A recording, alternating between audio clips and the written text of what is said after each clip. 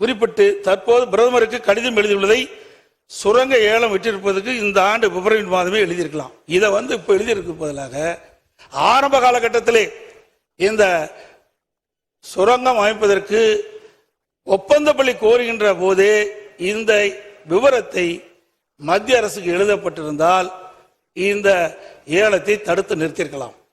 இந்த டங்ஸ்டன் சுரங்கத்தால் பாதிக்கப்படக்கூடிய வேலூரை சுற்றியுள்ள சுமார் 25 கிராமங்கள் நவம்பர் மாதம் நடைபெற்ற கிராம சபை கூட்டத்தில் டங்ஸ்டன் சுரங்கம் அமைப்பதற்கு எதிர்ப்பு தெரிவித்து தீர்மானம் நிறைவேற்றப்பட்டதையும் இந்த மாவட்ட ஒரு கருத்தை கேட்டுடுங்க.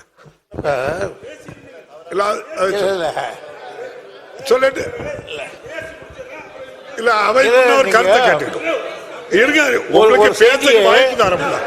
நீங்க எவ்வளவு முழு கருத்து ஒரு செய்தி அவங்க கருத்தையும் கேட்டு நீங்க பேச போறீங்க. அதாவது ஒரு செய்தியை திருப்பி திருப்பி தவறான செய்தியை பதிவு செய்யறீங்க. அவர் என்ன கேட்கிறாருன்னு கேட்டா, நீங்க கடிதம் எழுதுறீங்க, அந்த கடிதத்தில் என்ன இருக்குன்னு சொல்லல, அவங்க என்ன அது தெரியல, இது தெரியலன்னா நீங்களும் ஒரு முதலமைச்சர் இருந்தவர். இந்த மாதிரி ஒரு தீர்மானத்தை கொண்டு வரும்போது அந்த டாக்குமெண்ட்ஸ் பூரா அந்த தீர்மானத்தில் வராது. உங்களுக்கு அது தேவை என்றால் நீங்க வேற தனி தீர்மானம் போட்டோ அல்ல கேட்கலாம். ஆக இதில் என்ன சொல்லுவாங்க தீர்மானங்கள்னா மைய கருத்தை தான் சொல்லுவாங்க. அவர் சொல்றாரு இங்க நீங்க வைக்கல போடாத அப்படின்றாரு. இந்த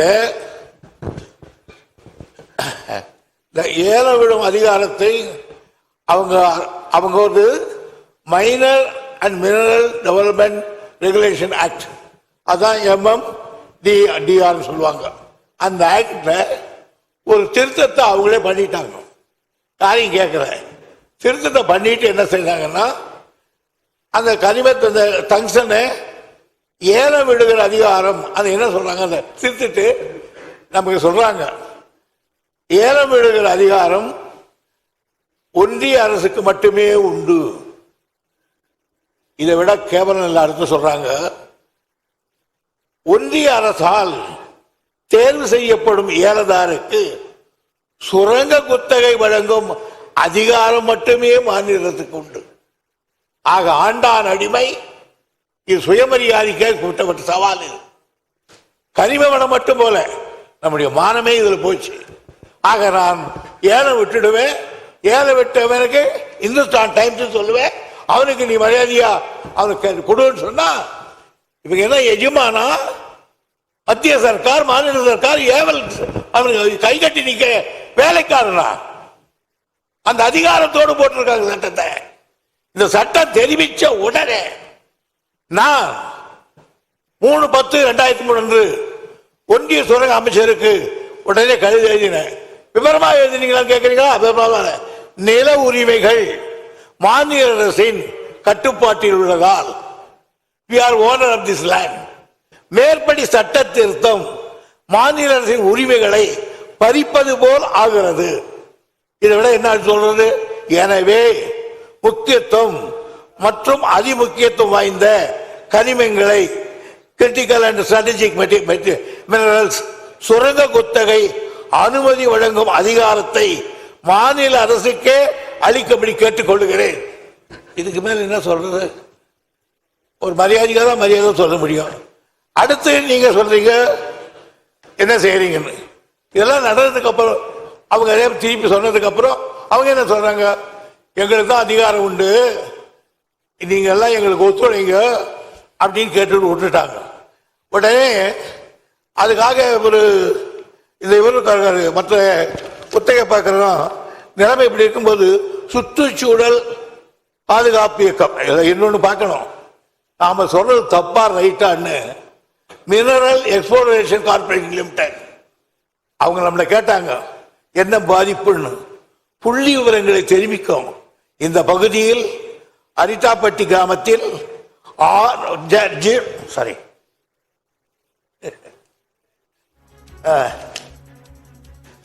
0.04 ஹெக்டர் நிலமும் மீனாட்சிபுரம் கிராமத்தில் 53.58 ஹெக்டர் நிலமும் பல்லுயிர் தளமாக வரையறுக்கப்பட்டுள்ள என்ற விவரத்தை புள்ளியியல் மற்றும் சுரங்கத்துறை ஆணையாளர் அவர்களுக்கு நாங்கள் ஆணையாளர்களுக்கு இவங்களுக்கு யாருக்கு மினரல் எக்ஸ்போர்ட் அடிச்சோம், ஏங்க நம்ம சொல்ல தப்பான்னு கேட்டாங்க.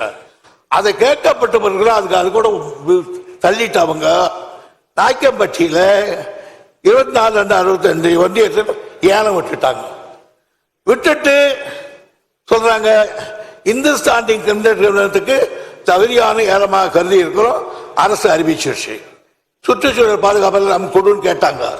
அந்த நேரத்தில் தான் அந்த தமிழ்நாடு சுற்றுச்சூழல் பாதுகாப்பு இயக்க ஒருங்கிணையான சார் முகிலன் அவர்கள் சில நாய்க்கன்பட்டி பகுதியில் டங்ஸ்டன் தனிமை உரிமத்தை வழங்குவதை எதிர்த்து அதுக்கு மேல கொண்டு போய் ஒரு தீர்மானத்தை அவருக்கு கூட கொடுத்தாரு. இவ்வளவு நடந்து முடியல, அப்போ கேட்கலன்றதுக்கு அப்புறம் தான் நம்முடைய முதலமைச்சர்கள் பிரதமருக்கே ஒரு கடிதத்தை அற்புதமாக எழுதினார். இதாவது இப்படி டங்ஸ்டன் சுரங்க விருதத்தை கைவிடவே ஒன்றிய சுரங்க அமைச்சருக்கு அறிவுறுத்துமாறு அந்த அமைச்சருக்கு எழுதினேன். தலைவர் என்ன எழுதுறாரு, முதல்வர் என்ன பிரதமருக்கு எழுதுகிற கடிதத்தில் இந்த பகுதியிலே டங்ஸ்டன் சுரங்கத்தை திட்டத்தை கைவிட ஒன்றிய சுரங்க அமைச்சருக்கு அறிவுறுத்துமாறு மாண்புமிகு தமிழக முதல்வர் தனது 28/11/2004 கடிதத்தில் குறிப்பிட்டு பிரதமருக்கு கடிதம் எழுதினார். பிரதமரும் பேசாமட்டார். ஏன்? இந்துஸ்தான் லிமிடெட் வேதாந்தா பிரகாரம் ஆகியனால நாங்க எல்லாத்தையும் செய்யாமல் நாங்க செய்திருவோம். நீங்களே என்ன பேச போறீங்க சொல்றீங்க, தெரிய வருகிறது. ஏன்னா உங்களுக்கு மெட்டீரியல் இல்லை, தெரிய வருகிறது. உங்களை தப்பா நான் சொல்லல, நீங்கள் முதலமைச்சர் நிர்வாகத்தில் அப்படிதான் இருக்கும், ஒரு தீர்மானத்தை போடுவோம், அவ்வளவுதான். மாண்புமிகு எதிர்கட்சி தலைவர் அவர்கள், மாண்புமிகு பேரவைத் தலைவர்களே, ஒரு மூத்த உறுப்பினர் தன்னுடைய பேச்சில நிறைய சர்ச்சைன்னு சொல்றாரு. நாங்க கேட்கறதை நீங்க கடிதம் எழுதியிருக்கிறீங்க, என்ன விவரம் எங்களுக்கு எப்படி தெரியும்? நீ சொன்னா தானே தெரியும், இப்பதான் நீங்க சொல்லி இருக்கிறீங்க, அதனால தெரிய வருதுன்னு நான் சொல்றேன். இதை நீ கிண்டல் அடிச்சு இப்பதானே வருது, இப்பதான் கடிதம் நாங்க அங்க இருந்த கடிதத்தை உங்களுக்கு கொண்டு அனுப்பணுமா? இல்ல அவங்க அதாவது நீங்க சொன்னது அவங்க என்ன சொன்னா தெரிய வருகிறேன்னு தான் நீங்க சொல்ல முடியும்.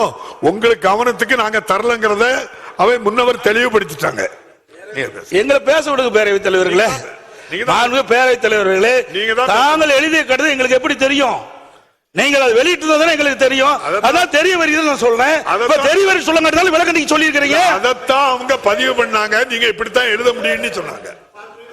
அவை எதிர்கட்சி தலைவர்கள் அனுபவமிக்க பேர், முதலமைச்சர் இருந்தவர், அமைச்சராக இருந்தவர். நீங்க முதலமைச்சராக இருக்கும்போது மத்திய சர்க்காருக்கு எத்தனையோ கடிதங்கள் எழுதினீங்க, அதுல ஒன்னாவது எங்களுக்கு கொடுத்துருக்கீங்களா? இன்னைக்கு சார் அரசு சார் ஒரு அரசு இன்னொரு அரசு கருது, சீஃப் மினிஸ்டர் பிரைம் மினிஸ்டர் எழுதுறார், அது உங்களுக்கு அனுப்பணுமா? என்ன சார் நியாயமா இருக்கு?